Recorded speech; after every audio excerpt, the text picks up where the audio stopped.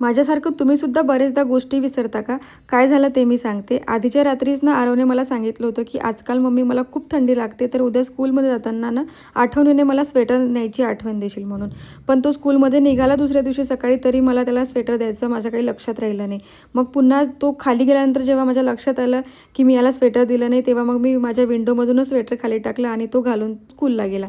त्यानंतर मुलं स्कूलला गेले, पण आज हे घरी होते म्हणून माझं जरा निवांत चाललं होतं, कारण मला टिफिनची घाई नव्हती. त्यामुळे मी आज छान हेअर वॉश वगैरे केला होता आणि माझे ना बऱ्यापैकी केस गळत आहेत. आता मी काय करू ते मला समजत नाही आहे. त्यानंतर दुपारी असा भरपूर पाऊस सुरू झाला होता आणि अहो घरी आहेत म्हटल्यानंतर मला तर काही स्कूलमध्ये घ्यायला जायचं नव्हतं, म्हणून मग त्यांच्याच हातात मी सगळे मुलांचे रेनकोट वगैरे दिले आणि त्यांना स्कूलला जायला पाठवलं.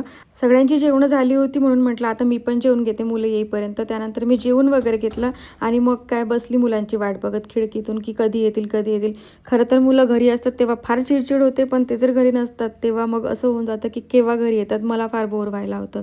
त्यानंतर मुलं घरी आले आणि हिने तर असा दुपारचा असा हिने कोपरा पकडून ठेवलेला आहे, की घरी आल्यानंतर तिचा हा टाईमपास थोडा वेळ तरी तिथे बसून ती करते. त्यानंतर संध्याकाळच्या वेळेला बऱ्यापैकी पाऊस येत होता, तर यांना खायचे होते भजे, पण ते बोलले की आज मीच भजे बनवणार. पण मलाच टेन्शन आलं की आजपर्यंत कधी किचनमध्ये गेलेले नाही, तर हे काय करतील, म्हणून मी त्यांच्या मागे मागे गेली आणि मी माझं आवरलं आणि त्यांनी त्यांचे भजे करायची प्रोसेस केली आणि मध्ये मध्ये माझे इन्स्ट्रक्शन्स पण घेतले की काय करायचं कसं करायचं म्हणून. आणि मी काय कमी होती ते माही पण आली की पप्पा असं करा तसं करा, हे असंच पाहिजे असते ते तसंच पाहिजे असते करायला.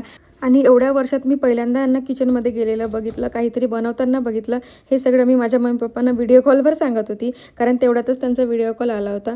त्यामुळे मग मी त्यांना पण सांगत होती यांचं कौतुक. त्यानंतर छान भजे एन्जॉय केले आणि असा संपवला आजचा दिवस. चला भेटूया नेक्स्ट व्हिडिओमध्ये. Bye bye.